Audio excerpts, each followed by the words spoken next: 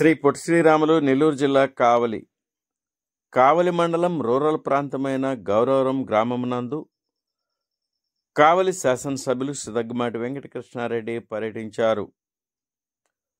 SC, ST, BC కాలనీల్లో 60 లక్షల రూపాయలతో cement రోడ్ల నిర్మాణానికి శిలాఫలకం ఆవిష్కరించారు.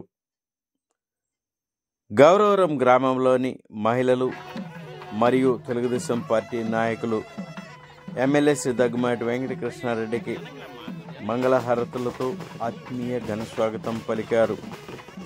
అనంతరం ఎమ్మెల్యే శ్రీ దగ్గుమాటి వెంకటకృష్ణారెడ్డి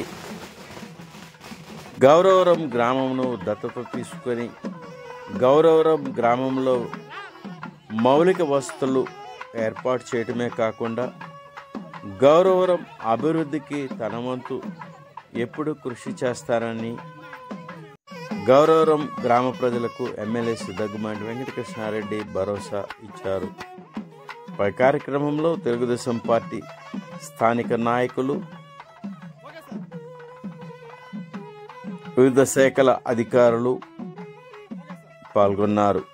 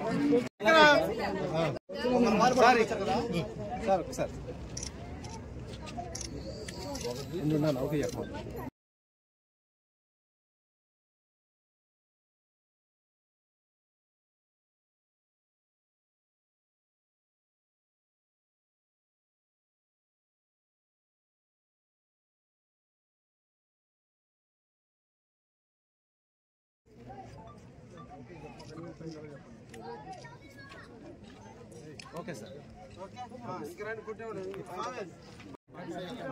సైడ్ కొన్ని ఒకరవా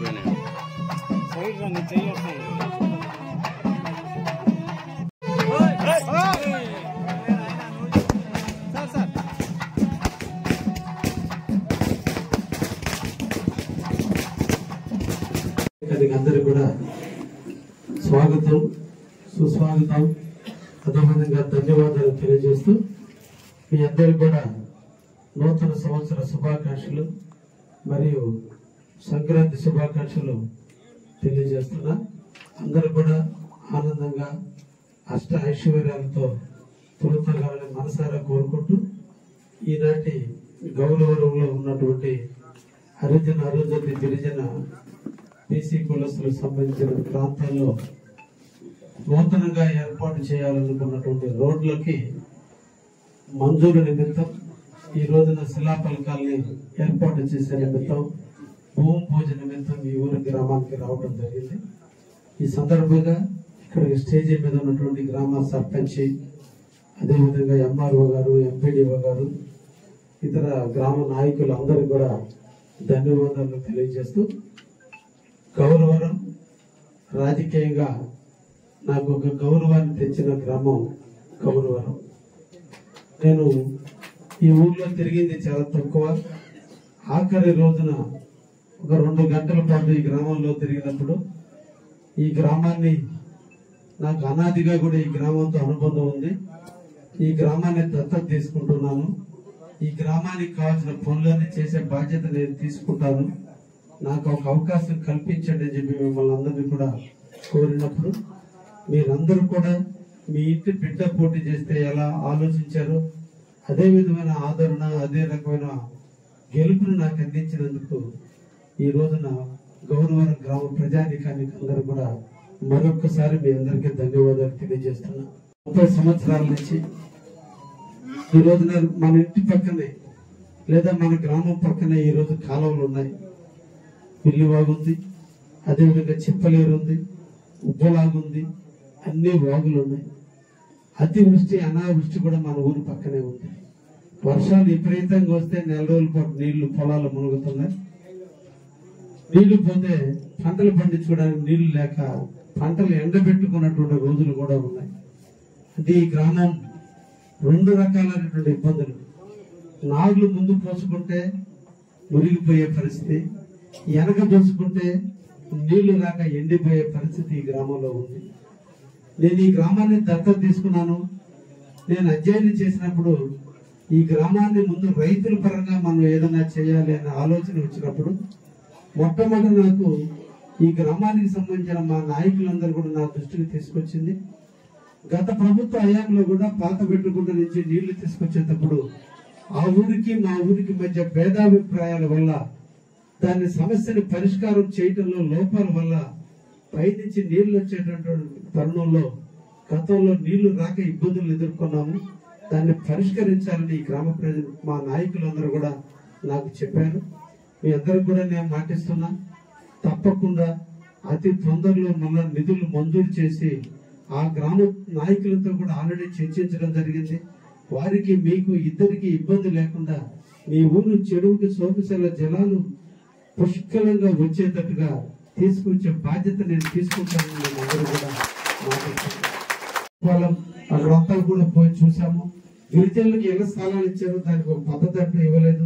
జగనన్న కాలనీల పేరుతో ప్లాట్లు ఇచ్చారు, దాంట్లో ఎవరికి కూడా ఏ రకమైన ఇల్లు కట్టుకునే సౌకర్యాలు కల్పించలేదు. అంతకుముందే పట్టాలు ఇచ్చున్నారు, కానీ భూములు చూపించలేదు. ఇక్కడ చాలా సమస్యలు ఉన్నాయి. ఇందాక మా సోదరు కూడా ఆమె మాట్లాడిన దాంట్లో బాధ ఆమె వ్యక్తపరిచింది తప్ప వివరణ ఉద్దేశం కాదు. ఎందుకంటే పేదలకి చెందాల్సిన ఫలాలు పేదలకి చెందటంలో వైఫల్యం చెందుతున్నాం. ఇంతమంది నాయకులు ఇంత కూతతోటు దూరంలో కావులకు ఉండి కూడా ఇక్కడ ఉన్నటువంటి పేదవాళ్ళకి న్యాయం చేయలేకపోతున్న బాధ ఆమెలో కనిపిస్తుంది. తప్పకుండా ఆ బాధకి న్యాయం జరుగుతుంది. తప్పకుండా పేదవాళ్ళందరికీ కూడా ఇళ్ల స్థలాల్లో న్యాయం జరుగుతుందని కూడా మీ అందరికి కూడా మాటిస్తున్నా. ఈ రోజు రాష్ట్ర ప్రభుత్వం కొత్తగా గవర్నమెంట్ వచ్చిన తర్వాత ప్రతి ఒక్కరికి కూడా ఇళ్ల స్థలం లేకపోతే తప్పకుండా ఉన్న లేఅవుట్లో ఎవరైతే ఇల్లులు కట్టుకోకుండా ఖాళీ ఉన్నాయో ఆ ఖాళీ ఫ్లాట్లు అన్నింటినీ మళ్ళా కొత్త వాళ్ళకి ఇచ్చి అందరికి కూడా కాలనీలు కట్టించే బాధ్యత మేము తీసుకుంటామని కూడా ఈ సందర్భంగా మీ అందరికి కూడా తెలియజేస్తున్నాం. అదేవిధంగా స్థలం ఉండి కాలనీ రాకపోతే ఇప్పుడు కాలనీ వస్తే సుమారు ఇప్పుడు మన అంచనా ప్రకారం గతంలో వచ్చేది 1,50,000 రూపాయలు, ఇప్పుడు వచ్చేది 2,80,000 రూపాయలు అనుకుంటున్నాం. దీన్ని మన ముఖ్యమంత్రి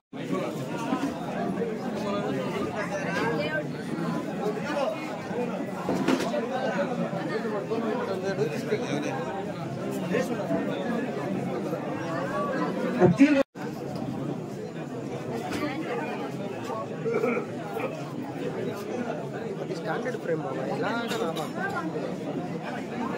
ఫ్రేమింగ్ నాకే చేస్తున్నా.